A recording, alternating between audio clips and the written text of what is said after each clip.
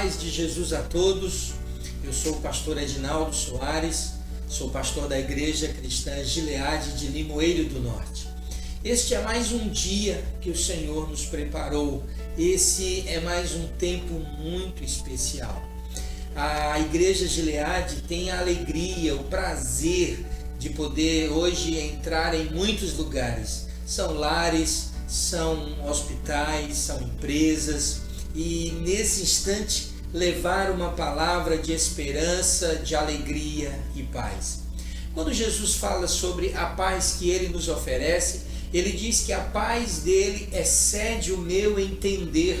A paz de Jesus excede todas as minhas circunstâncias, independente se o que eu estou vivendo hoje é uma circunstância boa ou ruim. A paz de Jesus excede, é um prazer acima de todas essas situações.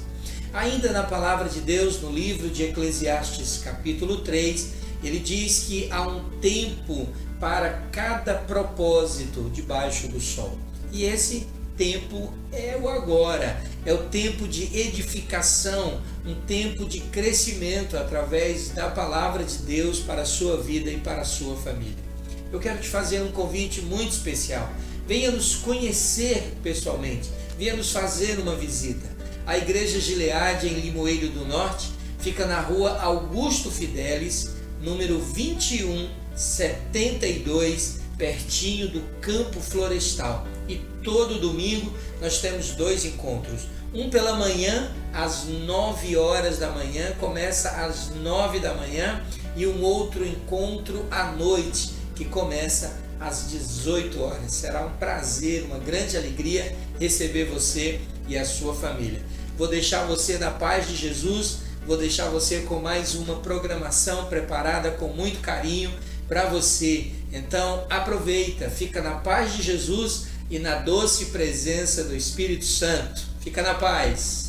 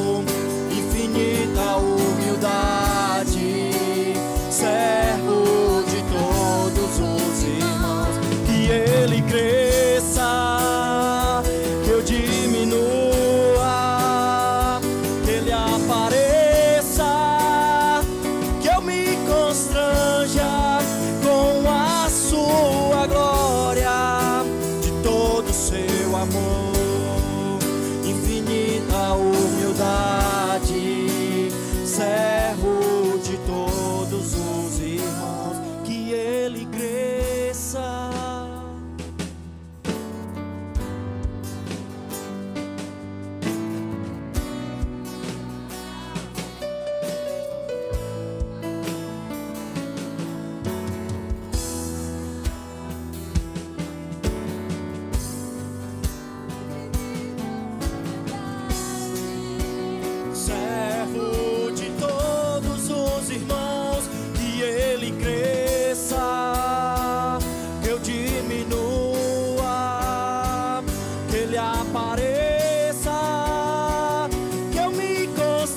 anja com a sua glória, de todo seu amor, infinita humildade, servo de todos os irmãos.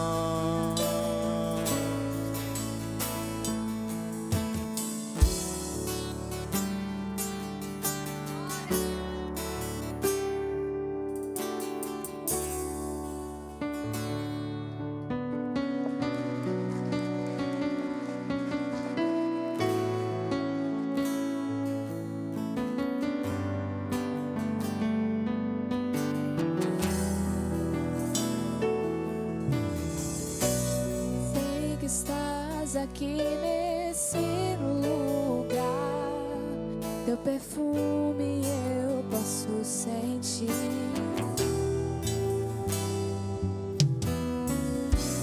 Vem ao meu encontro me abraçar, manifesta a tua glória em mim.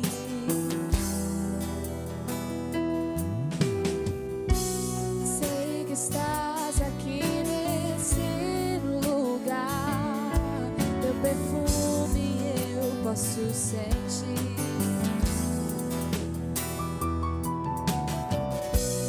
Vem ao meu encontro me abraçar, manifesta a tua glória em mim. Teu toque é real, tua presença é real, permita que eu te veja, Deus. Teu toque é real, tua presença é real, permita que eu te veja, Deus. O meu amado, veio me ver.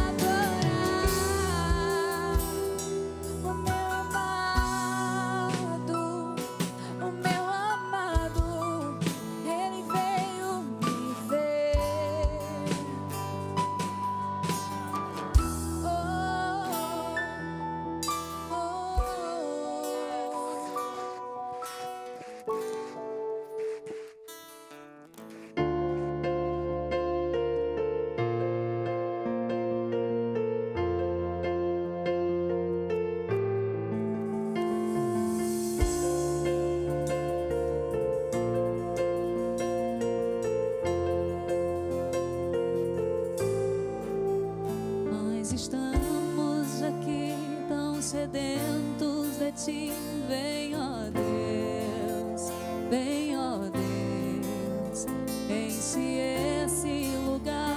Meu desejo é sentir teu poder, teu poder.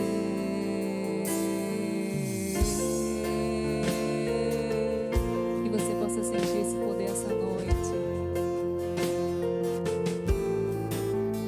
Nós estamos aqui tão sedentos de ti. Vem, ó Deus, vem, ó Deus, enche esse lugar. Meu desejo é sentir teu poder, teu poder. Então vem me incendiar. Meu coração é o teu altar. Quero ouvir o som do céu, tua glória contemplar. Então vem me incendiar. Meu coração é o teu altar. Quero ouvir o som do céu, tua glória contemplar. Nós estamos aqui tão sedentos de ti. Vem, ó Deus, vem, ó Deus, enche esse lugar. Meu desejo é sentir teu poder, teu poder. Então vem me incendiar. Meu coração é o teu altar. Quero ouvir o som do céu,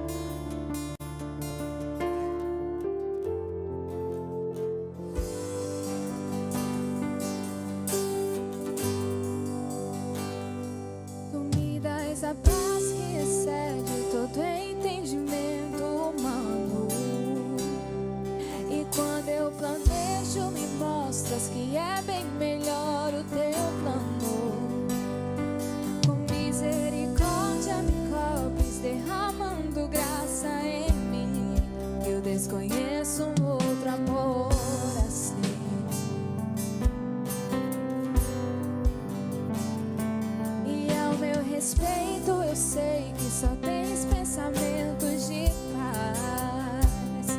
Por teu sacrifício hoje eu posso andar sem olhar para trás. Eu não compreendo tamanha bondade que está sobre mim. Eu desconheço um outro amor assim.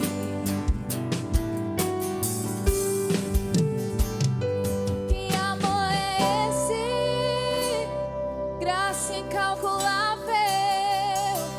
Não tem interesse, não quer nada em troca. Tua vontade é boa, perfeita e agradável para mim. Oh, para mim.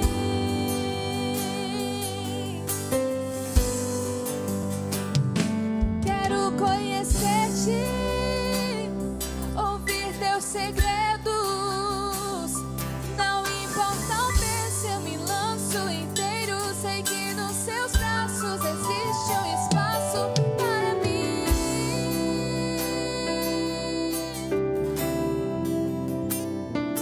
Para mim.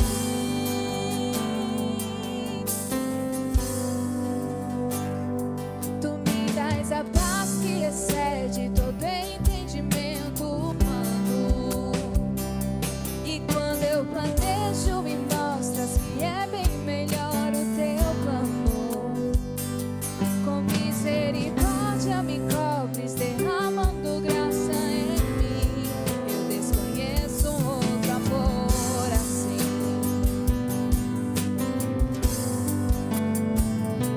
E ao meu respeito, eu sei que só tens pensamentos de paz. Por teu sacrifício hoje eu posso andar sem olhar para trás.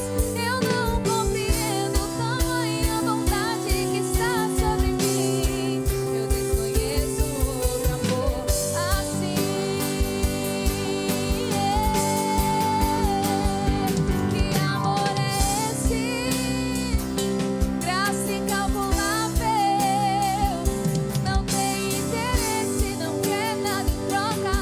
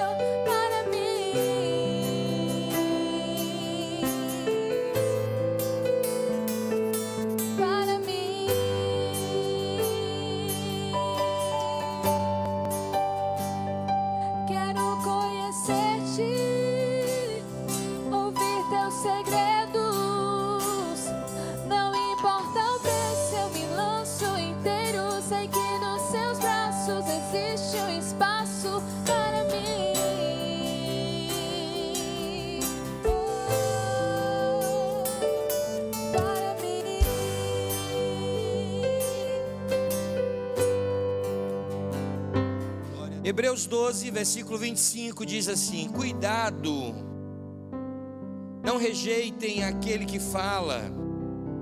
Se os que se recusaram a ouvir aquele que os advertia na terra não escaparam, quanto mais nós, se nos desviarmos daquele que nos adverte dos céus. Aquele cuja voz outrora abalou a terra, agora promete: ainda uma vez abalarei não apenas a terra, mas também o céu. As palavras ainda uma vez indicam a remoção do que pode ser abalado, isto é, coisas criadas, de forma que permaneça o que não pode ser abalado. Portanto, já que estamos recebendo um reino inabalável, sejamos agradecidos e assim adoremos a Deus de modo aceitável, com reverência e temor, pois o nosso Deus é fogo consumidor. Feche os seus olhos e permaneça em pé. Pai, nós te agradecemos, obrigado por essa noite, obrigado pela tua palavra, obrigado pela vida de cada irmão que está conosco nessa noite, que a tua palavra ministre ao coração. Obrigado por todos aqueles que estão em casa, com a sua Bíblia aberta, ouvindo e acompanhando a tua palavra. Ministra aos nossos corações. Ser com teu povo nessa noite, eu te peço em nome de Jesus. Amém e amém. Pode sentar.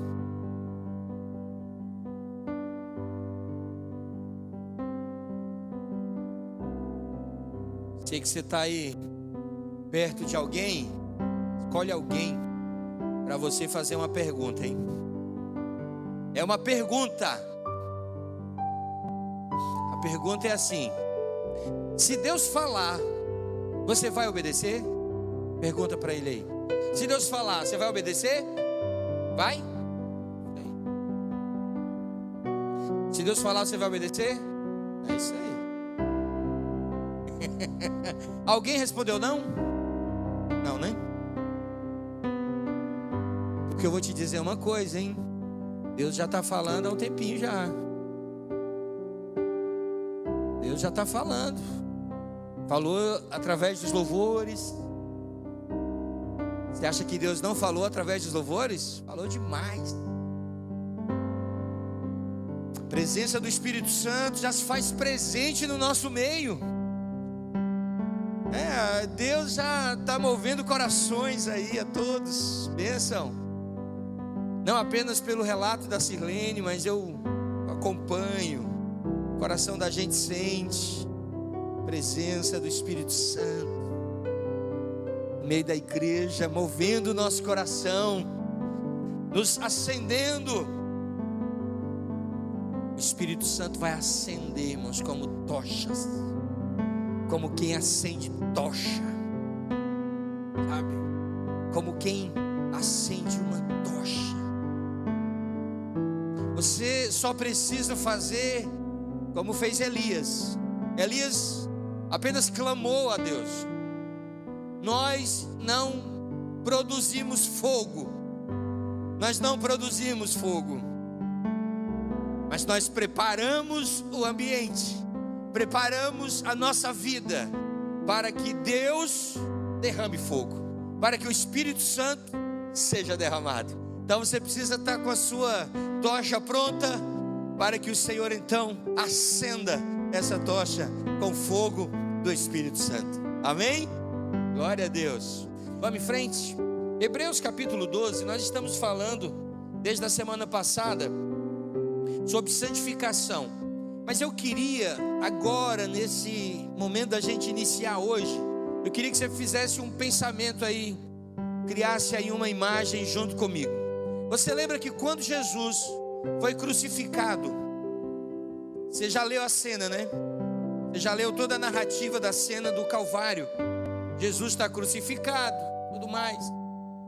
E a Bíblia faz a narrativa que depois que Jesus dá seu último suspiro, dá a declaração entregando sua vida nas mãos do Pai, dizendo: nas tuas mãos eu entrego o meu espírito, e declina a cabeça naquele momento sem vida ali na cruz. A Bíblia diz que houve uma série de acontecimentos que marcaram aquele momento. E um deles foi que lá no templo, o véu que separava o lugar santo do lugar santíssimo, ou o lugar santo dos santos, o lugar onde apenas o sumo sacerdote poderia entrar para oferecer sacrifícios, e ele ainda se aparelhava de uma série de cuidados. Por exemplo, nas vestes sacerdotais, na barra das vestes, havia uns cordões, uns sinetes, que quando o sumo sacerdote andava, eles faziam barulho, e quem estava lá fora escutava e sabia que o sumo sacerdote estava vivo. Ele também entrava com uma corda atada a si, porque se fosse encontrado pecado nele, ali mesmo ele caía. E aí, como ninguém podia entrar, arrastava o homem para fora. Mas o véu foi rasgado. O véu foi rasgado de cima para baixo, numa clara mensagem de que era Deus abrindo. Não foi aberto de baixo para cima, como se fosse uma ação do homem, mas foi aberto de cima para baixo, como uma ação divina. Deus abrindo. Deus abrindo agora aquele espaço. Deus dando acesso a todos, numa clara mensagem de que o Cordeiro do sacrifício, o Cordeiro Jesus morto na cruz do Calvário, era suficiente, e agora não era mais necessário entrar naquele espaço para continuar sacrificando. A minha pergunta para você hoje é: o que mudou a partir dali? Porque alguns interpretam que o lugar do Santo dos Santos deixou de existir. O lugar onde eu preciso estar em plena santidade. O lugar onde eu preciso e posso entrar com as minhas vestes lavadas no sangue do Cordeiro. Deixa eu te dar um panorama. A Bíblia diz que Deus não habita mais em templos feitos por mãos de homens, numa clara referência àquele templo, a esse e a qualquer outro. Mas como ele não mora mais em templos feitos por mãos de homens, aonde é que ele mora? Em nós. Opa! Então a gente precisa compreender assim. Tudo bem, o véu foi rasgado, o sumo sacerdote não precisa entrar lá mais. Mas será que o Santo dos Santos deixou de existir ou ele mudou apenas de lugar? O Santo dos Santos, o lugar santíssimo, o lugar da presença de Deus, deixou de existir ou apenas mudou de lugar? Ele agora não está mais restrito ao Santo dos Santos, ele não está mais restrito àquele lugar sacrificial. O Deus que recebia o sacrifício, o Deus que recebia a adoração por detrás daquelas cortinas, agora saiu daquele lugar e decidiu habitar em nossos corações, em nossa vida. Por isso deixa eu te falar uma coisa: seja santo, porque o Deus a quem você serve é santo e habita em você. Há um lugar santíssimo em nossa vida. Você lembra quando Deus aparece para Moisés na sarça ardente? A recomendação era para que Moisés tirasse as sandálias dos pés. Por quê? Porque o lugar em que você está pisando, Moisés, é terra santa, é santa por quê? Por que que aquele pedaço de chão virou um lugar santo? Era por causa de Moisés? Era por causa da sarça que estava queimando? Ou era por causa da presença daquele que queimava na sarça e não consumia a sarça? Se o lugar é santo, não por causa de mim, não por causa da igreja, mas por causa da presença de Deus, então eu posso dizer para você hoje: tire as sandálias dos seus pés, porque o lugar em que você está é terra santa, porque Deus está nesse lugar, Ele está com você, Ele habita em você, e Ele exige de nós então santidade. Esse processo de santificação, ele então senta a nossa vida no patamar da necessidade. O tabernáculo mudou, mas a necessidade de buscarmos e de vivermos a santidade não mudou.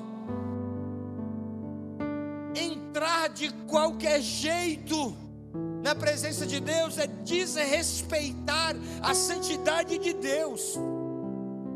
Viver de qualquer jeito é desrespeitar a santidade de um Deus que cobra de você santidade e diz: seja santo porque eu sou santo. Conduzir a nossa vida sem o cuidado necessário, não observando aquilo que agrada e aquilo que desagrada a Deus, é desrespeitar a sua santidade. Lábios impuros, mãos sujas, vida contaminada, desrespeita a santidade de Deus. Viver em adultério e prostituição desrespeita a santidade de Deus. Nossos atos, pensamentos, comportamentos desrespeitam a santidade de Deus. E você sabe por quê que nós não somos mortos imediatamente, assim como o sumo sacerdote seria se entrasse naquele lugar em pecado? A Bíblia responde. A Sirlene hoje, coincidentemente, Jeová acidentemente citou hoje, antes de começar a palavra, as misericórdias do Senhor são a causa de não sermos consumidos. O Deus misericordioso a quem nós servimos não nos consome, não nos mata por sua misericórdia. Porque eu vou te dizer uma coisa, irmão, pense numa geraçãozinha dura, é a nossa, que ouve e não pratica. No versículo 25, que foi o primeiro versículo que nós lemos hoje à noite: aquele que dos céus nos adverte. Aquele que dos céus nos adverte. Quantas e quantas e quantas vezes Deus não já tem advertido a nossa vida? Quantas e quantas vezes Deus já não falou para você: não quero mais, não aceito mais, muda isso. Tem coisas que você sabe que desagrada o coração dele. E hoje, ao você ouvir nesse lugar, entenda: aquele que dos céus nos adverte, Deus hoje está nos advertindo mais uma vez. E aquele que os advertia sobre a terra são os mesmos.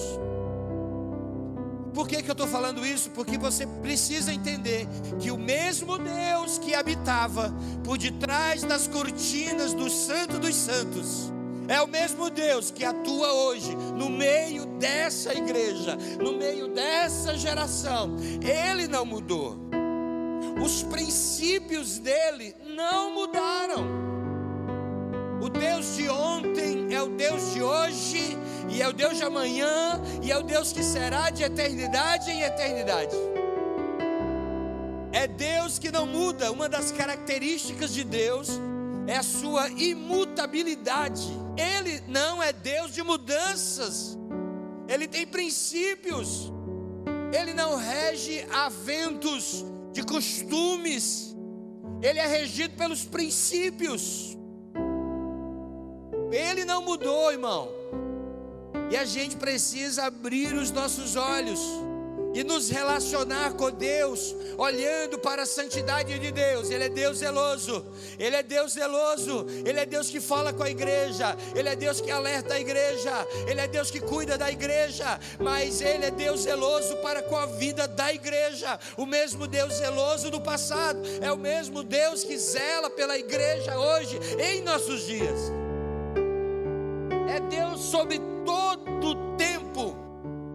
A substituição, quando nós lemos sobre os estrondos que foram sinais e foram substituídos depois pela sublimidade da graça, não indica que Deus se tornou condescendente com o pecado.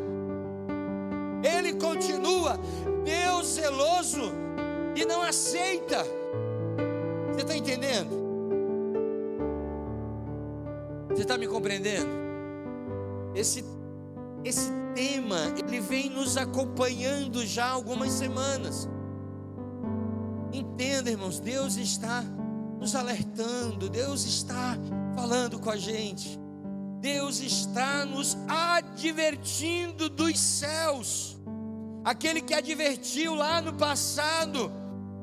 Você lembra quando Deus usa a vida de Noé para advertir o mundo daquela época que era necessário arrependimento, que era necessário abandonar o mundo e entrar naquela arca, e aqueles que assim fizessem seriam salvos do dilúvio? Uma geração inteira se perdeu porque a geração inteira não reconheceu a voz de Deus. Deus continua falando. Será que nós estamos compreendendo, entendendo a voz dele? Você conhece a voz dele? Você reconhece quando ele fala? Deus tem seu jeito, sua maneira de falar conosco, e a Bíblia esclarece isso ainda nos evangelhos, quando ele diz que as ovelhas conhecem a voz do seu pastor. Esse pastor não sou eu, não. Esse pastor citado aqui é o dono das ovelhas. Quando fala ao nosso coração, quando nos orienta, quando nos cuida, quando nos traz para perto. Aquela mesma voz que foi usada por Noé naqueles dias, é usada nos nossos dias. A advertência celestial do Deus de toda graça, do Deus que é misericordioso conosco. Presta atenção, não confunda a misericórdia de Deus com a passividade de Deus em relação ao pecado. A Bíblia diz que tudo o que o homem semear, colherá. Não confunda a misericórdia de Deus com a condescendência de Deus com o pecado. Eu já citei aqui uma vez, irmãos, nem tudo que está dando certo é sinal da aprovação de Deus. Tem coisas que a gente está fazendo errado, sabendo que está fazendo errado, mas está dando certo. Aí, como está dando certo, a gente acha que Deus está aprovando. Não confunda, Deus não age ao vento, à brisa. Ele age por seus princípios, e aquilo que fere os princípios de Deus o desagrada.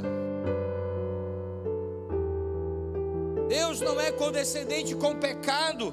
E por que eu estou dizendo isso? Porque citei domingo, na palavra de domingo.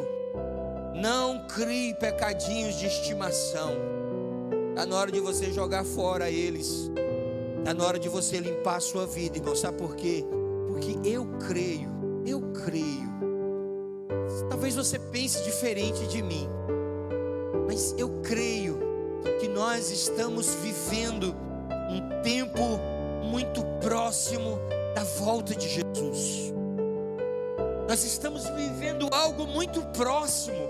Gente, a gente está assim, sem compreender o que está acontecendo. Tanta coisa que nós não estamos entendendo. Você olha os sinais dos tempos. Todos os sinais são características. A volta de Jesus está baseada tanto na vinda desses sinais, como na propagação do Evangelho. Porque Ele quer que a igreja viva a sua missão, pregue o Evangelho, fale de Jesus a todas as pessoas, para que, se você quer abreviar a vinda de Jesus, você fala de Jesus, você prega o Evangelho de Jesus. Mas qualquer dia desse, irmãos, nós ouviremos as trombetas soarem no céu. Jesus nas nuvens aparecerá para buscar a igreja. Essa será a sua segunda vinda, a vinda para a igreja. E depois ele voltará novamente com a igreja.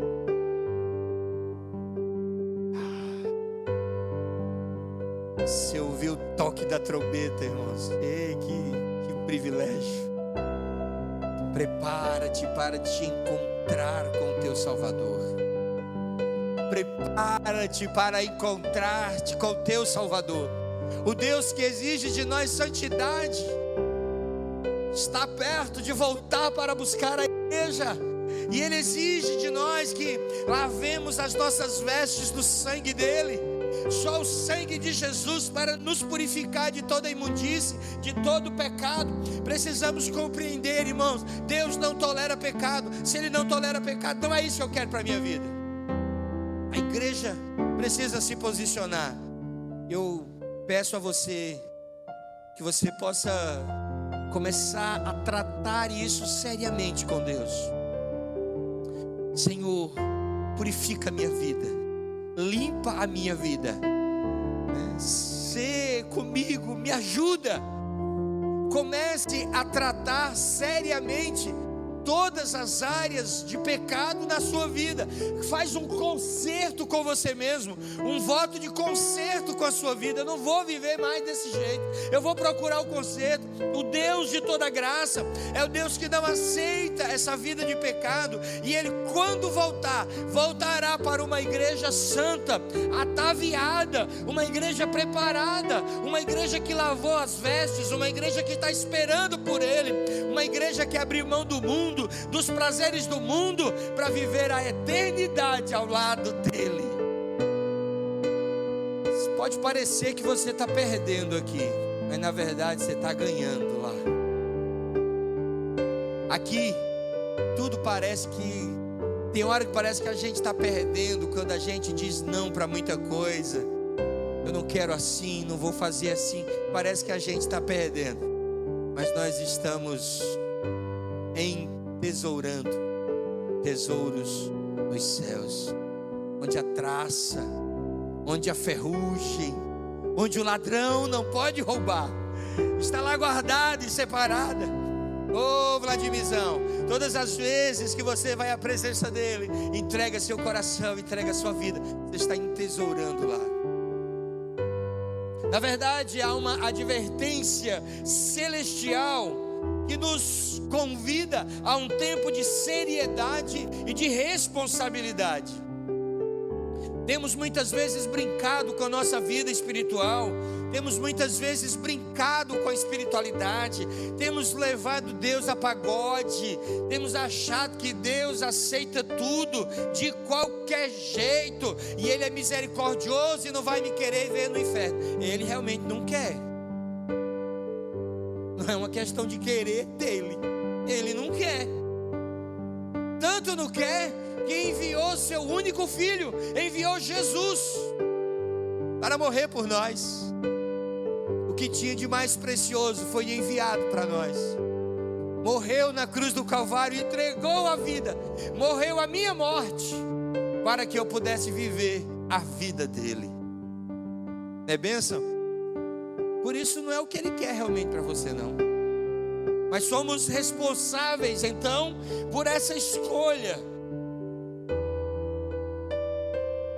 Você olha para a nação de Israel e não escapou inúmeras vezes da severidade da mão de Deus. Não esquece disso. Cuida da tua vida. Deus muda métodos, mas jamais muda princípios. Deus muda métodos, princípios não. O princípio dele é sempre o mesmo. Passarão os céus e a terra, mas as minhas palavras permanecerão, serão prevalecidas, serão estabelecidas como palavras eternas. A inabalável aliança de Deus com o homem exige do homem santidade. Os fenômenos físicos que acompanhavam a antiga aliança, de coisas que poderiam ser abaladas, coisas que são ligadas ao terreno, coisas que são ligadas ao transitório, ao passageiro, segundo o autor dessas cartas, ainda uma vez por todas serão abaladas. Está em foco, meu irmão, um acontecimento vindouro, acompanhado de estrondos sobrenaturais. Mas o autor de Hebreus faz a narrativa com base numa aliança que é superior, uma aliança que é inabalável, uma aliança que foi autenticada pelo sangue de Jesus, uma aliança para sempre, uma aliança eterna. O autor de Hebreus retoma o tema da santificação quando fala da remoção daquilo que é abalável, e avisa e traz um alerta, um apelo à espiritualidade. A santificação precisa ser o alvo e precisa ser o estilo de vida de todos os cristãos. Não vivemos para nós mesmos e nem mesmo para a satisfação da nossa carne. Vivemos agora buscando agradar o coração de Deus. Vivemos para agradar o coração de um Deus que é santo, zeloso, porque sem santidade ninguém verá o Senhor. E o que nos mantém ligados a Ele é o princípio de santidade. Esse é um tempo que nós precisamos redobrar nossa atenção sobre isso. O coronavírus, ele veio para abalar todas as estruturas, todas, abalou todas as certezas do homem, todas. Aquele que hoje tem muito dinheiro, milhões e milhões e milhões, não tem uma vacina para tomar, para se livrar dessa doença. Abalou essa visão que a gente tinha de muita segurança em nós mesmos, a autossuficiência que batia em nosso peito. Nós desprezávamos Deus muitas e muitas vezes, achávamos dono do nosso próprio nariz, dono das nossas decisões, desprezávamos muitas vezes a direção e a orientação de Deus. O coronavírus veio e abalou, levou rico, pobre, velho, jovem, levou famoso, anônimo, levou branco, preto, amarelo, índio. Teve ninguém que pudesse dizer assim: há uma classe inacessível. Ela veio para provar que nem todo mundo, nem todas as nações têm todos os recursos que acha que tem. A nação mais poderosa do mundo é a nação que mais junta mortos pelo coronavírus. O estado mais rico da Federação Brasileira, São Paulo, é o estado que mais junta mortos pelo coronavírus. Hoje morreu 400 e poucas pessoas nos Estados Unidos, todos de coronavírus, e só em São Paulo morreu 300 e poucas pessoas. o estado mais rico da federação, para abalar as suas noções de riqueza, de pobreza, de tudo. Não é onde você mora, se é no Nordeste, no Sudeste, no Centro-Oeste, no Norte, no Sul. Ele veio para igualar todo mundo. Morreu católico, crente, espírita, bandista, morreu todo mundo. O que eu quero dizer com isso, irmãos? É que um só vírus, que a gente não sabe de onde veio. Quer dizer, muita suspeita da China. Quem sabe de onde surgiu esse bicho?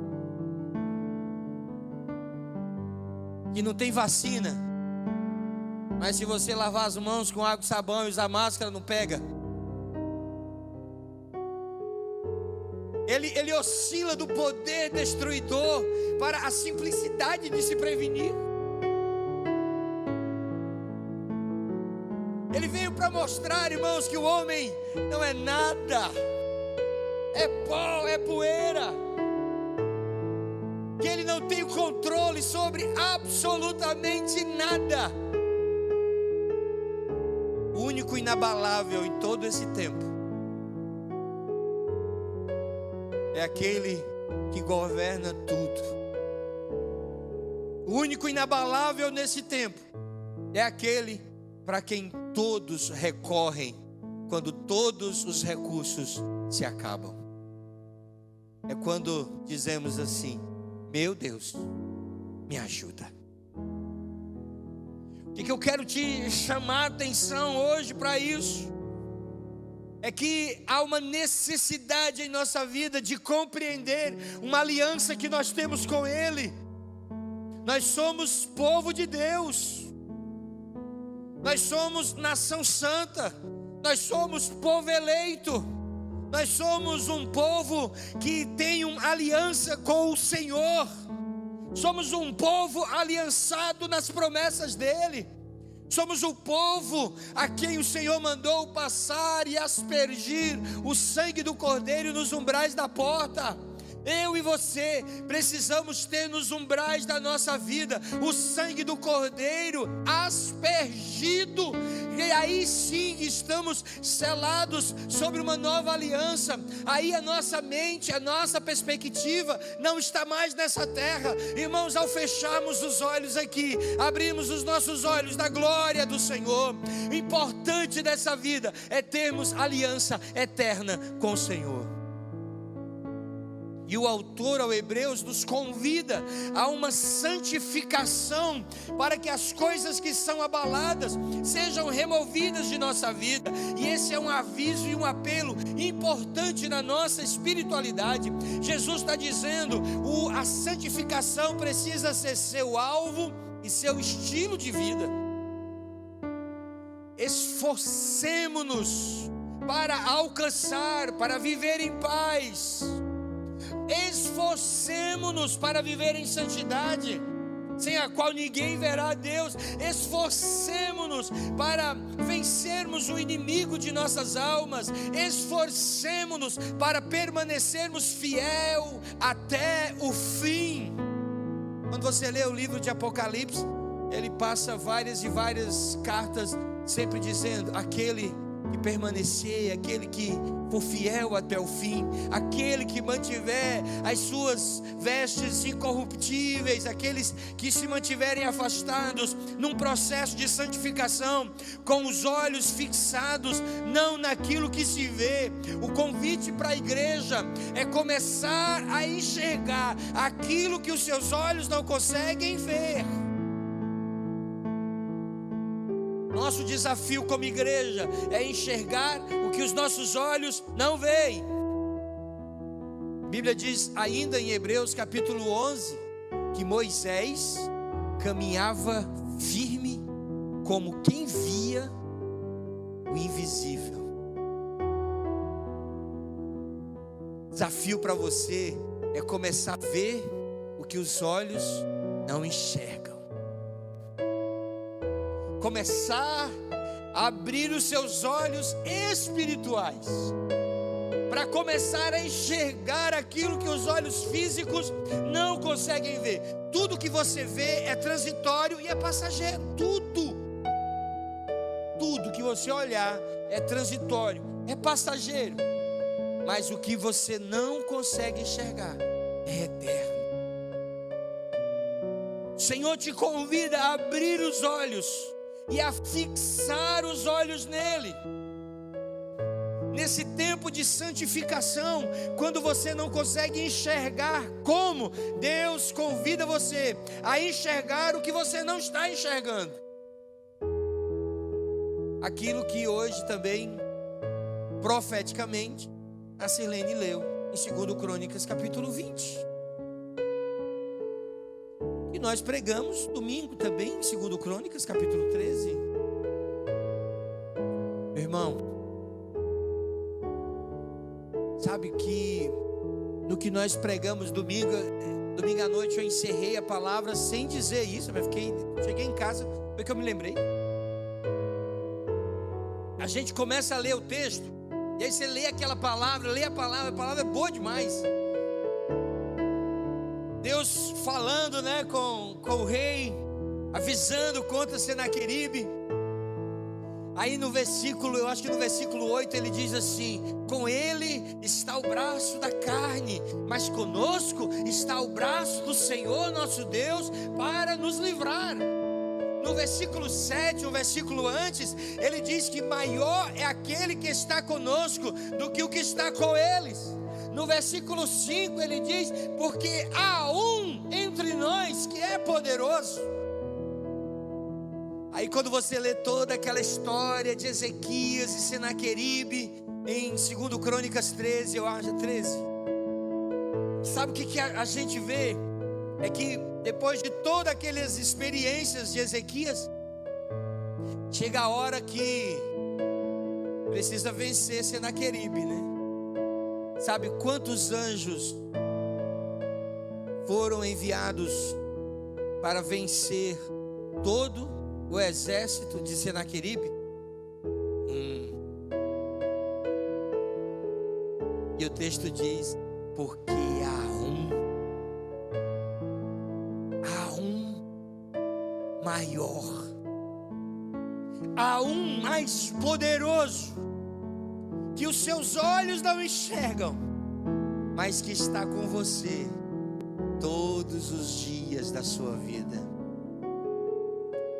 Irmãos, quando eu nem lembro, eu assisti na internet um testemunho de um pastor que é lá do Rio de Janeiro, e ele pastoreava uma igreja, numa daquelas comunidades lá do Rio de Janeiro, aquelas comunidades barra pesada, e ele evangelizando aquela comunidade, pois o rapazinho não veio num culto e aceitou Jesus, rapaz, e esse rapazinho não era irmão do chefe do tráfico, e o chefe do tráfico ficou com raiva do pastor, porque o pastor tinha lavado a mente do menino, e tinha tirado o menino da vida que vivia, e agora o menino era crente, e ele decidiu se vingar desse pastor, e é esse pastor que conta. Ele disse que não morava na comunidade, então ele, quando terminava o culto, fechava a igreja e cortava a comunidade a pé até sair. E ele disse que fez isso durante o mês inteiro. Mas ele disse que depois desse mês, ele se encontrou com o chefe do tráfico, o irmão do rapaz lá que aceitou Jesus. E o rapaz chamou o pastor e disse assim: pastor, eu preciso falar com o senhor, vou te contar um negócio. E o pastor disse: pode dizer, meu filho, diga. Olha, pastor, esse mês todinho eu botei gente minha para matar o senhor. E eu via quando o senhor saía da igreja, e o senhor saía daquela igreja sozinho, e todo dia eu ficava lá esperando os meninos voltarem com o relato de que tinham matado o senhor. E eu dei a ordem, era para matar quando o senhor estivesse sozinho. E os meninos voltavam e diziam assim: ele desceu com uma ruma de gente. Hoje a gente não conseguiu matar ele não, que era uma ruma de gente que desceu com ele. Vocês sabem o que era, né? E aí ele fala, pergunta para o pastor, né? quem era? Quem é esse povo que anda com o Senhor? Quem é o que anda com você? Quem é o que os outros não veem, mas você consegue sentir a presença? Quem é aquele que te fala ao coração, que te orienta e que te ministra palavras e que te consola, e que ninguém consegue entender como é que você ainda está vivo? E as pessoas chegam para você e dizem assim: quem é esse povo que anda com você? Nós precisamos abrir os nossos olhos, irmãos, porque só conseguimos enxergar Deus quando fechamos esses olhos físicos e abrimos os olhos do nosso coração, os nossos olhos espirituais, e conseguimos perceber os anjos do Senhor que se acampam ao seu redor. Eu fui consertar o carro numa oficina lá em Fortaleza chamada Speed Autos. Fica bem pertinho da loja da Paris-Dakar. O nome do dono da oficina é Chicão, um servo de Deus. E a esposa dele, Paula, uma mulher de Deus. E eu não os conhecia pessoalmente. E quando cheguei lá a primeira vez, fui recebida pela Paula. E a Paula me recebeu. E quando a Paula soube que eu era pastor, ela disse: pastor, vem aqui na porta da oficina. Ela me levou para a calçada da oficina. Oficina bonita. Na calçada ela me chamou assim para fora e disse: pastor, a minha oficina aqui já foi assaltada uma vez. Mas aí eu fui para o Senhor e disse: Senhor, quero que o Senhor guarde esse lugar. Tem alguma coisa errada aqui. Talvez eu não esteja agindo errado. Eu digo: Senhor, eu não quero que o Senhor mande legiões de anjo, não.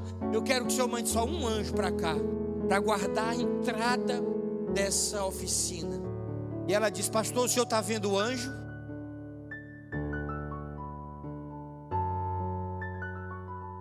Eu disse: ou não, irmã, não estou vendo esse anjo não. Ela disse: se preocupa não, ele está aí. Quem é esse que anda com você? No processo de santificação, o que importa é essa identificação. Quem é aquele que anda com a gente, que nos consola, que nos fala o coração, que muitas vezes nos avisa dos perigos que vamos enfrentar? E tem hora que ele diz: pare, tem hora que ele diz: avance. O reino espiritual, irmãos, ele se baseia no princípio da santidade. O Deus santo, que quer se relacionar com uma igreja santa e imaculada. O nosso Deus é um Deus ciumento de nós. Ele tem ciúme de nós. Ele nos quer só para Ele. Por isso que a Bíblia diz que nós somos um povo, propriedade exclusiva dEle. Por isso Josué disse: hoje escolheis a quem vocês querem servir. Se quiserem servir os deuses de vossos pais, os amorreus, na qual na terra vocês viveram e passaram todo esse tempo, se vocês quiserem servir esse Deus, sirvam, mas eu e a minha casa serviremos ao Senhor. O Deus da exclusividade, o Deus que olha para nós e diz assim, né? Você lembra quando Satanás passa, né? É uma outra história, o que ele estava fazendo no céu, né? Mas Deus diz assim: vistes meu servo Jó? Como quem diz: aquele menino me dá orgulho. Oh, irmão, o Deus que tem ciúme de nós. o Deus que quer se relacionar conosco e quer a exclusividade do meu coração. Ele não aceita me dividir com ninguém. Você que é casado, se aceitaria dividir sua esposa com outro homem? Claro que não. É a mesma coisa dele. Ele é o noivo, a igreja, sua noiva, e a noiva ataviada de branco, simbolizando a santidade, simbolizando a pureza, aguarda a chegada de seu noivo. Ele virá. Salmos declaram a exaltação da glória, o tempo de festa, o Deus que está vindo, o Deus que está vindo, o Deus que vem saltando sobre os montes, o Deus que vem para buscar a sua noiva, a sua igreja. O processo de santidade, irmãos, é um processo onde eu me separo para ser apenas dele. Meu coração só tem um Deus, minha vida só tem um Deus. Pastor Luciano Subirá conta que,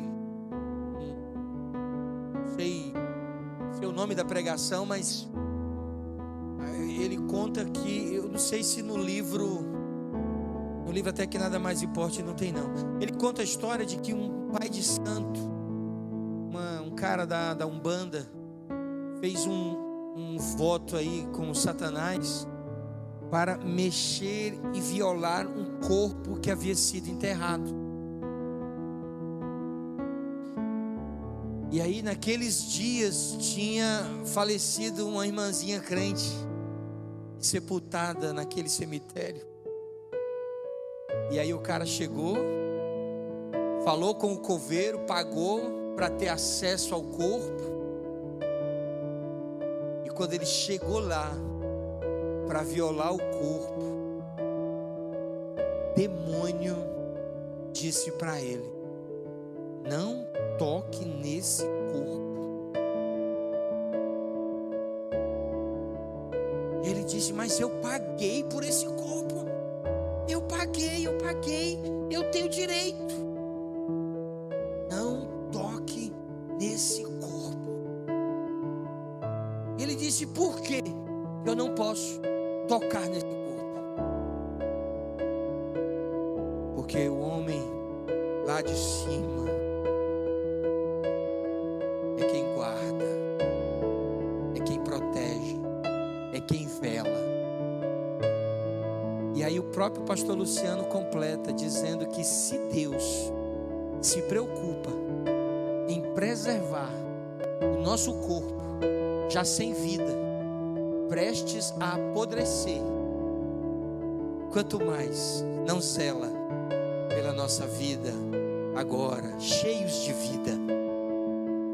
Eu quero dizer para você hoje, irmãos, que num processo de santidade, quanto mais você se santificar, quanto mais você se separar das coisas do mundo, mais a proximidade, mais da intimidade você vai ganhar com Ele.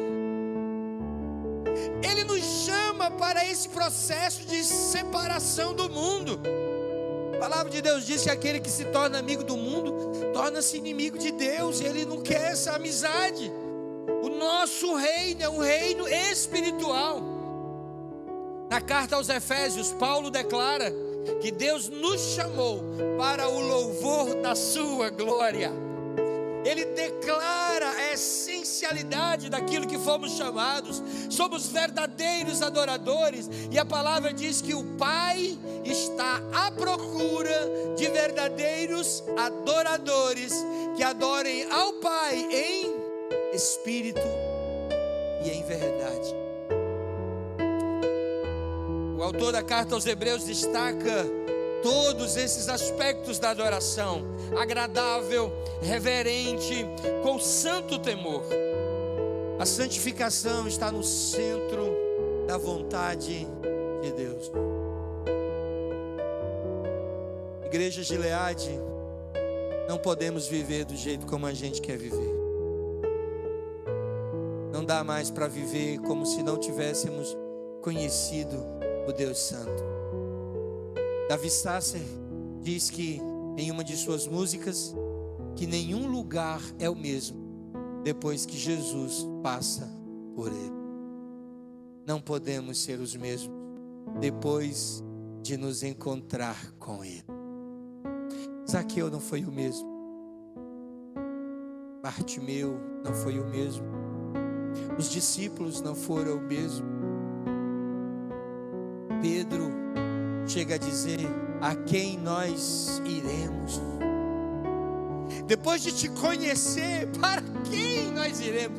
Não é nem para onde, é para quem nós iremos. Porque só o Senhor tem as palavras de vida eterna.